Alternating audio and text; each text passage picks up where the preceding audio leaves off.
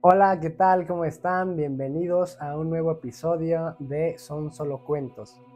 En esta ocasión, esta historia está súper impactante. Es un caso real, muy terrorífico y vamos a ver la verdadera historia, la historia real que inspiró a la película de Scream. La verdad es que es un episodio muy crudo, es un episodio muy fuerte, por lo cual les advierto que si no te gustan este tipo de episodios, puedes ir a ver otro como el de La Tierra Hueca, el de María Sabina, etcétera. Pero si te gustan las cosas fuertes, los detalles fuertes, pues bienvenido y también hazme saber qué tipo de historias, qué tipo de relatos les gustan más para también subir un poco más de contenido de ese tipo. Muy bien, entonces sin más, vamos a conocer la terrorífica historia detrás de la película Scream. Es hora de escuchar, son solo cuentos de risas y misterios, leyendas, conspiraciones, aquí no hay Imagínense, secretos. pónganse en este contexto para que también puedan visualizar de una manera más real lo que sucedió en la ciudad de Gainesville, Florida, en 1990. Es una ciudad universitaria, como saben, una ciudad universitaria son esos complejos de casas, complejos de departamentos alrededor de una universidad, y el ambiente que se vivía era pues obviamente de miles y miles de alumnos con ese fervor, con esa emoción, con ese dinamismo, enfocados en temas de deportes, en temas de estudio, en fiesta. Ese era el ambiente que se vivía. De hecho, si han visto la película de Scream, pues justamente relata esa parte, ¿no? De cómo era el ambiente universitario. Y bueno, también si no lo has visto, creo que te va a servir bastante ver este episodio y posteriormente ver la película para que también haga sentido lo que estás viendo con la historia real. Y también se van a dar cuenta cómo la historia real es verdaderamente más terrorífica que la misma película. Muy bien, entonces bueno, este era el ambiente que se vivía en ese momento y voy a contar la historia de dos alumnas, de dos amigas que justamente eran roomies. Ella es Christine Powell de 17 años y Sonja Larson de 18 años. Ellas estaban obviamente súper emocionadas por todo lo que se venía, por todo lo que proyectaban en su futuro como egresadas, como graduadas, estaban como todos estamos en ese momento.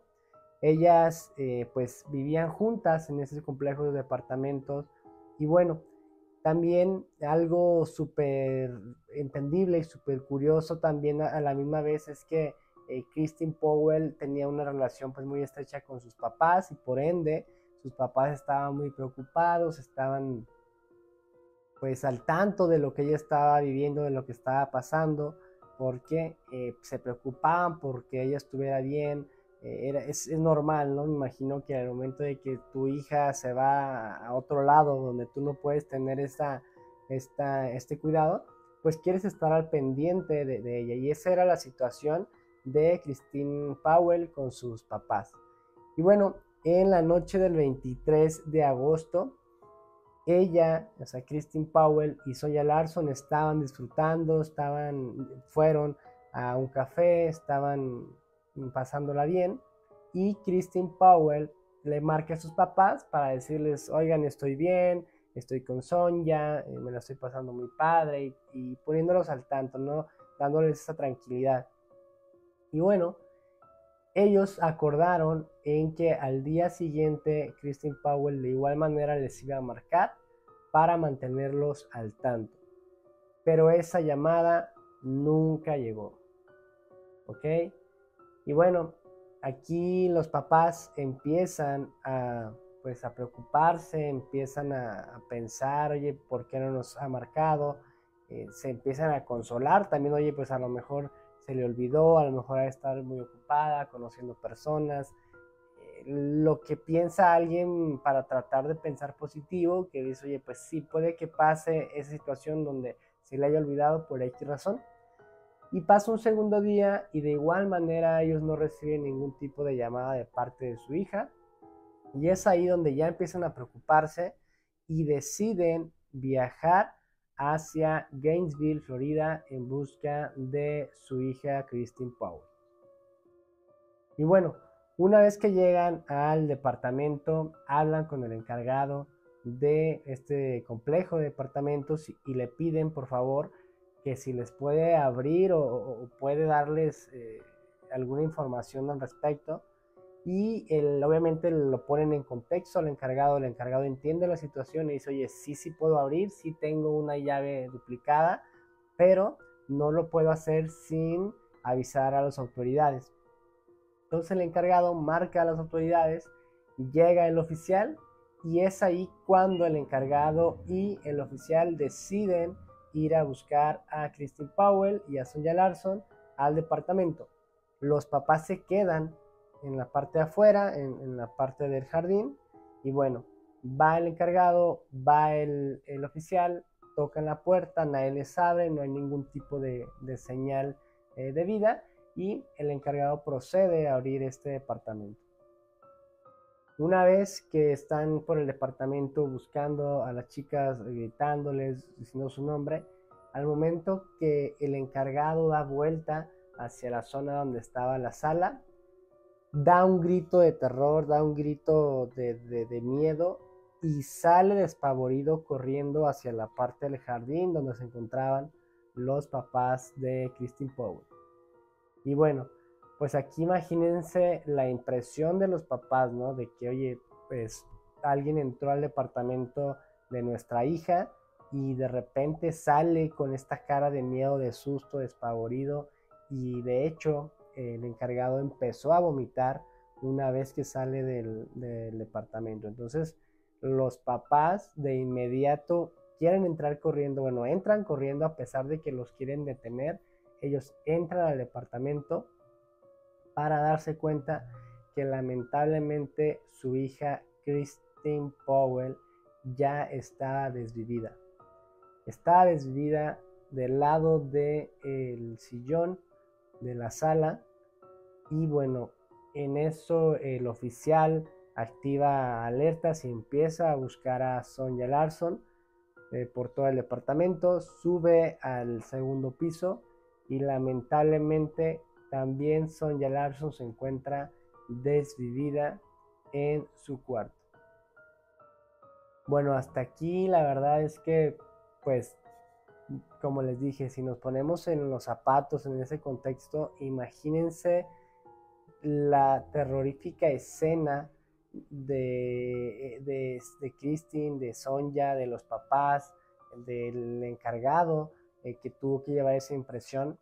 Pero aquí también si lo empezamos a analizar, porque justamente aquí es donde empezamos con esta serie de desvivimientos, las características comunes de estos desvivimientos o puntos clave o patrones es que, por ejemplo, Christine Powell y Sonja Larson estaban en posiciones sugestivas, estaban en posiciones como que si alguien las haya acomodado de alguna manera para humillarlas después de desvividas, ¿saben? O sea, no solamente esta persona quien hizo, o estas personas quien hicieron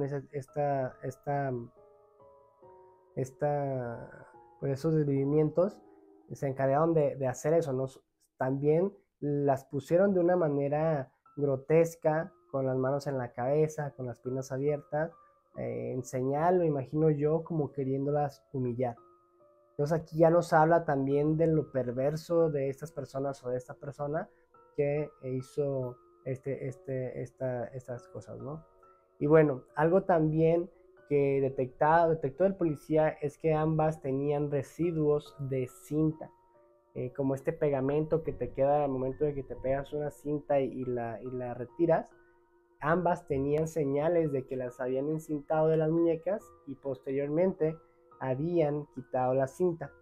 Había señales también de que habían tratado de limpiar la escena del crimen, por lo cual los policías obviamente cayeron en cuenta de que se trataran de personas o de una persona pues sofisticada, ¿no? O sea, no solamente una persona que lo hizo por hacerlo, sino que tal vez ya tenía experiencia, tal vez ya sabía a lo que iba y trató de, pues, limpiar la escena del crimen.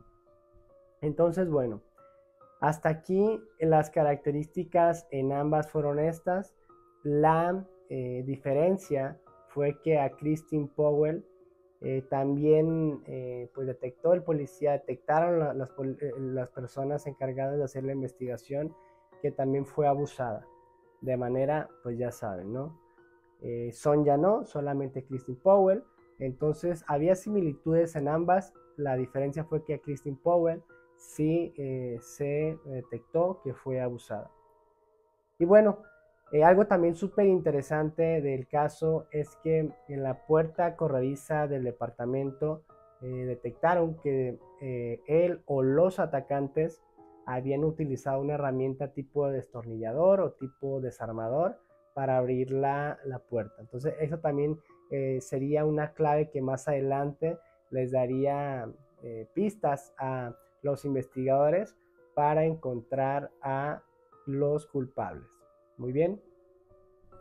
Y bueno, hasta aquí el caso de Christine Powell y de Sonja Larson. Vamos a continuar con más historias y posteriormente vamos a unir todas ellas para ver en qué se desenlaza esta increíble, impactante historia.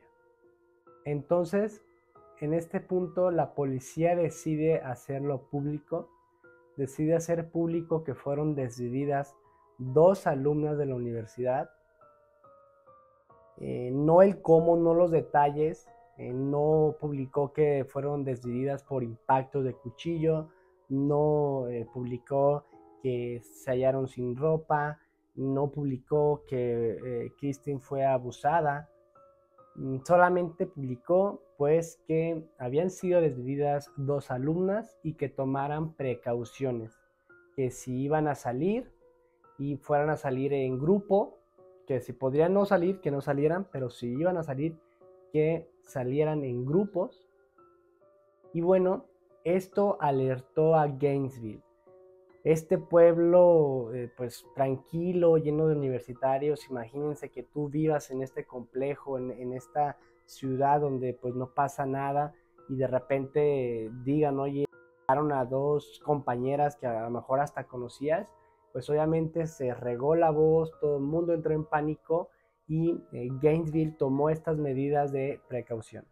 Pero ¿por qué la policía decidió hacerlo público? Si normalmente en este tipo de casos pues no es como que lo hagan público, incluso al contrario, ¿no? Para no alarmar a las personas, deciden omitirlo, pero en esta ocasión lo publicaron por lo siguiente: 12 horas antes del caso de Christine Powell y de Sonja Larson había sucedido otro caso de una mujer desvivida. ¿Ok? Y bueno, esta persona, esta alumna también de la universidad, se llamaba Kristen McNeil. Kristen estudiaba ciencias forenses y obviamente ella quería dedicarse a algo relacionado con el tema de la policía, del FBI, todo eso. Ella era como su sueño. Entonces ella decide entrar a un trabajo de medio tiempo en la oficina del alguacil de Gainesville. Y ella era, o sea, esto es curioso, esto es un dato importante, porque ella era conocida como de esas personas que nunca faltaban, que eran bien puntuales, que se quedaban a trabajar mucho tiempo, porque son de esas personas que les llamaba la atención, que les gustaba lo que hacía. Entonces era característico de ella que jamás faltara, ¿ok? Entonces ella, en el momento que un día sábado que le toca trabajar, no llega. Entonces esto obviamente se les hizo muy extraño a los de la oficina del alguacil. Intentaron localizarla, no daba señales de vida tampoco, no se comunicaban, no contestaba tampoco. Entonces decidieron ir a buscarla a su departamento. Entonces el oficial que llega a su departamento, de igual manera, empieza a tocar la puerta, empieza a decir su nombre y no ve señales, no contesta a nadie. Entonces él lo que hace es que se acuesta, ya que en la puerta del departamento había una tipo, pues sí, un espacio donde se podría ver, si te agachas o te acuestas, se puede ver hacia adentro. Entonces el oficial va bajando poco a poco y se da cuenta que una mujer está sobre la cama sentada, ¿ok? Ella está sentada, empieza a bajar más el oficial hasta que queda acostado y logra ver realmente lo que había detrás, ¿no? Y era Kristen McNeil desvivida. Se veía obviamente que estaba en el borde de la cama, estaba como encorvada, como sentada, encorvada, y bueno, tampoco tenía ropa, ¿ok? Entonces el oficial al observar esto, porque también se veía que tenía impactos con un cuchillo, entonces él se da cuenta de esta situación, y lo más aterrador y lo más fuerte que el policía se percata de esta situación es que Kristen tampoco tenía cabeza. Así es. Su cabeza estaba frente a ella en una posición como si estuviera observándose a sí misma. Así es como él o los personas que hicieron esto dejaron a Kristen McNeil. Y bueno, una vez que ya entran los investigadores, empiezan de igual manera con los hallazgos, con las características. La puerta corrediza, que también era corrediza, se veía que estaba forzada con algo que pareciese un desarmador, un desatornillador, al igual que el caso de Kristen y de Sonja. También encontraron residuos en las muñecas de Kristen.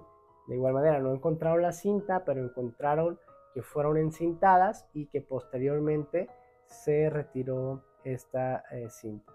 Otra característica que encontraron, otra similitud, es que también Kristen McNeil fue abusada, al igual que Kristen Powell. Y bueno, este hallazgo, ojo, que fue 12 horas antes de la primera historia que ya les conté de Krista y de Sonja, pues obviamente le da a la policía las bases sólidas para decir, oye, aquí ya hay un patrón, aquí está pasando algo y a lo mejor es probable que vuelva a pasar, por eso mejor publicamos todo esto, o sea, estos hallazgos, porque publicaron los tres desvivimientos, y de esa manera pues invitamos a la población, a los alumnos que se resguarden para evitar que vuelva a pasar. Pero fue por esta razón, porque ya había un patrón muy marcado, el que les dio pues a la policía las bases fuertes para decir o publicarlo, no solamente de manera local, o sea, fue de manera local, pero esta noticia, obviamente al ser una noticia poco común, se fue de manera internacional. Todo Gainesville entró en pánico. De hecho, en pocas horas todo lo que tenía que ver con cosas relacionadas o con herramientas con las cuales te pudieras defender habían sido agotadas en los supermercados, como bats de béisbol, cerraduras. Todo eso, a las pocas horas de que se publica todo esto, se termina, se escasea por toda esta situación. Entonces imagínense el frenesí, todo el miedo que se desencadenó en esta ciudad de Gainesville una vez que la policía lo hace público. Y además la policía llena perdón, Gainesville lleno de policías, pero no solamente de la policía normal, del alguacil. Había militares, había realmente fuertes operativos en todo Gainesville. Entonces esto obviamente desata todavía más el caos en la ciudad. Y bueno, debido a todo este revuelo que causa el que la noticia esté por todos lados, surge una persona que se llama Elisa Byers, que ella no vivía en los complejos, ella no vivía en Gainesville, pero sí una amiga de ella. Entonces ella ve las noticias en la TV y obviamente se preocupa por su amiga. Su amiga se llamaba Tracy Pauls, de 23 años, y ella sí era estudiante de Gainesville. Obviamente Elisa Byers, a pesar pues de que, como le menciono, ella pues no estaba ahí físicamente, estaba preocupada, le marca a Tracy, le dice, oye, pues, ¿cómo estás? O sea, ¿cómo te sientes? ¿Qué está pasando? ¿En qué te puedo ayudar? Y Tracy le dice, oye, pues no, no te preocupes, obviamente sí estamos todo el mundo asustados aquí, pero no te preocupes, yo no estoy sola, o sea, yo vivo con un roomie y su roomie era hombre. Tracy le dice a Lisa, oye, no te preocupes porque pues vivo con Manny Tawada, de hecho él se llamaba Manny Tawada, también tenía 23 años, y vivo con Manny, y ella está muy confiada porque Manny era exjugador de fútbol americano, entonces obviamente sabemos cómo es un jugador de fútbol, pues era grande, era corpulento, entonces ella le transmitió esa tranquilidad a Elisa diciéndole, oye, no te preocupes, yo aquí me voy a quedar, pero no estoy sola, vivo con Manny y él me va a cuidar, ¿no? Entonces, pues Elisa se queda un poco más tranquila, pero de igual manera le dice, oye, márcame todas las noches solamente para asegurarme que está todo bien. Y bueno, ese fue el acuerdo al que llegaron.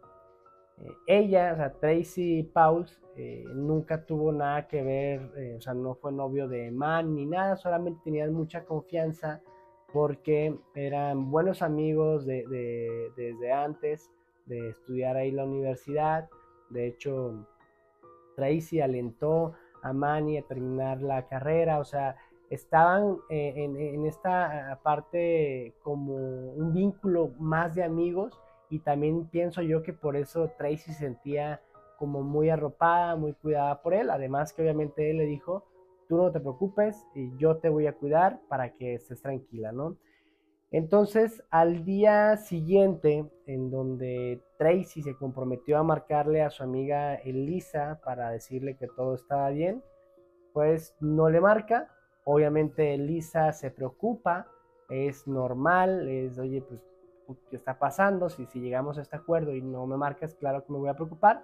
Y lo que hace esta chica, Elisa, que les recuerdo, la que no vivía en Gainesville, le marca a otro amigo en común y le dice, oye, ¿sabes qué? Hazme un favor, ve al departamento de Tracy solamente para asegurarte que todo esté bien y me marcas. O sea, hazme ese favor y me regresa la llamada, solamente quiero asegurarme que todo esté bien. Su amigo le responde, dice, claro que sí, voy enseguida y te notifico una vez que la localice. Entonces, después de esa llamada que Lisa hace con su amigo para ir a revisar el departamento de Tracy, después de 5 minutos aproximadamente, le regresa la llamada a este chico llorando, igual asustado, aterrorizado, y es ahí cuando se da cuenta Elisa Byers, que algo malo había sucedido. Y así es, señores. Ya que llegó la policía, lamentablemente encuentran a Tracy en su dormitorio y adivinen qué, no tenía ropa, también tenía impactos de cuchillo, estaba en una posición también sugerente, estaba de igual manera en posición con las manos en la cabeza, con las piernas abiertas, y también había sido agredida sexualmente. ¿Qué pasa con Manny? A Manny lo encontraron en su cama apuñalado, también tenía impactos de cuchillo, y la diferencia con él es que sí tenía ropa y no había sido abusado. ¿Okay? Con Tracy encontraron que sí fue abusada, con Manny no fue abusado y tenía ropa. ¿Ok? Y de igual manera, señores, las características, los hallazgos que encontraron, también estaba la puerta forzada con algo que parecía un destornillador, que parecía un desarmador, las marcas de cinta en las manos, en las muñecas de Tracy, y como les mencioné anteriormente, la posición sugerente, esta posición como queriéndola humillar. Entonces, aquí hasta ahorita ya va Kristen McNeil, Kristen Powell, Sonja Larson, Tracy Pauls y Manny Tawada. 5 personas desvividas. Y bueno, aquí también ya vimos que no solamente a mujeres, sino también en este caso a hombres es que les pasó esta situación. Bueno, a Manny Tawada le pasó esta situación. Y pues imagínense todo, ¿no? Oye, no solamente, o sea, las personas ya decían, oye, no solamente con alguien que está indefensa como una mujer, tal vez podría ser, sino oye, también con un hombre corpulento, o sea, ya no se sentían protegidos en ningún lado. Y aquí lo que ellos pensaban, oye, pues si no salgo a la calle, no me va a pasar nada, pero ellos o ellas no sabían que el verdadero peligro estaba dentro de sus mismos departamentos. Entonces en este punto la policía ya se da cuenta que los desvivimientos se tratan de las mismas personas. Me refiero a que quién o quienes están haciendo esto son las mismas personas que vinculan a estos 5 desvivimientos. Entonces, pues ya hablan de una persona serial. ¿Saben a lo que me refiero? Ya empiezan a sospechar eso, ya empiezan a darle por ahí la investigación. Y bueno, las personas, los alumnos ya estaban durmiendo juntos, ya no solamente eran de, oye, si salgo, salgo con un grupo, ahora es duermo en grupo. Era tanto el miedo de los alumnos que ya empezaban a dormir en grupos. Había personas que se iban obviamente de la ciudad, pasaban sus papás por ellos y se iban, y obviamente jamás regresaban de este pánico que se estaba viviendo. Y bueno, los habitantes de Gainesville obviamente ya estaban hartos, ya exigían un arresto, dicen, oye, tantas personas están siendo desvividas y no puede ser posible que tantos policías y no haya un solo sospechoso y no haya un arresto. Y bueno, pues pasa el primer arresto. 24 horas después del asesinato de Tracy y de Manny Tawada, detienen a un chico llamado Ed Gunfrey. Él era estudiante de la universidad, por lo cual hacía sentido que estuviera pasando, o sea, que fuera él, porque pues todos los desvivimientos estaban pasando súper cerca, estaban dentro de la misma zona. Entonces también era obvio que la persona o las personas que lo estuvieran haciendo fueran los mismos estudiantes. Entonces lo detienen a él lo detienen por violencia doméstica. Lo detienen porque golpeó a su abuela en la cara, y obviamente la policía lo que hace es darle una fianza más alta de lo normal, buscando, yo me imagino, esta estrategia de, oye, te pongo una fianza. O sea, no existe algo tan grave, me refiero tan grave como para darte esta fianza tan alta, pero lo hago a propósito para que no la puedas pagar y retenerte el mayor tiempo posible, porque la policía pensaba, oye, pues si lo tengo aquí encerrado, los asesinatos van a parar. Entonces es ahí cuando detienen a este chico llamado Ed Gunfrey, y aparte tenía toda la apariencia, ¿no? Tenía todo el perfil, era una persona como con rasgos físicos muy llamativos, o sea, tenía la cara cortada, decían que se drogaba, tenía los ojos vacíos, que les gustaba caminar por el bosque, que traía siempre un cuchillo, o sea, era prácticamente el perfil de una persona dañada, ¿no? Entonces, pues todo apuntaba a que él era la persona que estaba ocasionando todos estos desvivimientos, pero había un pequeño y gran detalle. La sangre de Ed, era tipo A, y la sangre encontrada en las escenas del crimen era tipo B. Entonces, ustedes saben que esta prueba es muy, muy, muy importante. Entonces, pues prácticamente esto fue lo que les hizo descartar a Ed Humphrey como el posible, o a lo mejor era un partícipe, pero había más. Y en caso de que fuera él, sí, pero entonces no habían encontrado realmente a la persona que con pruebas sí podrían eh, acusar, ¿no?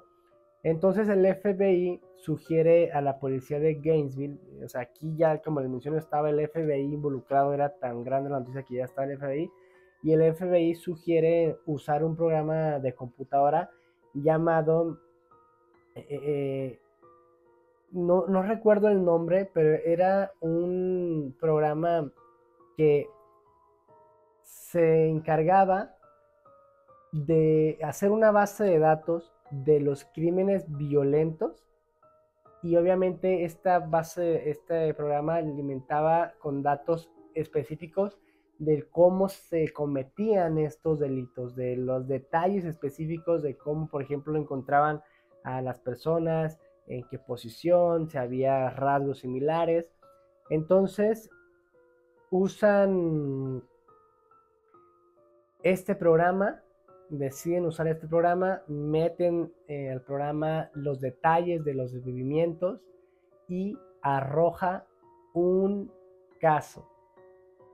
Y aquí agárrense, siéntense porque se van a ir para atrás. Arrojó un solo caso similar a los desvivimientos que estaban ocurriendo en Gainesville.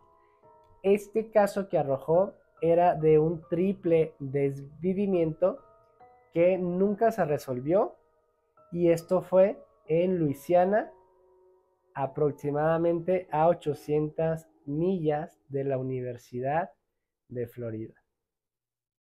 Wow, o sea, aquí se me pusieron los pelos de punta porque a cierta distancia no tan lejana de la universidad había sucedido anteriormente un triple desvivimiento con rasgos muy, muy similares. ¿Ok? Y bueno, chicos, hasta aquí la primera parte de esta historia aterradora detrás de la película Scream. Como les menciono, si ya viste la película, te va a hacer mucho sentido lo que sucede en la película con lo que platicamos en este episodio. Y si no la has visto, espérate a ver la segunda parte, ya que hayamos desglosado toda la historia, y posteriormente ve a ver la película de Scream. En lo personal yo así lo hice, realmente no había visto la película, pero ya una vez que lo ves teniendo todo este contexto, la ves de una manera distinta, la ves de una manera, pues sí, no sé, dices, oye, no sé, te da como coraje. Entonces, es lo que les recomiendo. Y ya saben, suscríbanse al canal, denle me gusta, compartan si es que les gustó este video, y déjenme en los comentarios también qué les parece este tipo de historias. Nos vemos en el próximo video de Son Solo Cuentos.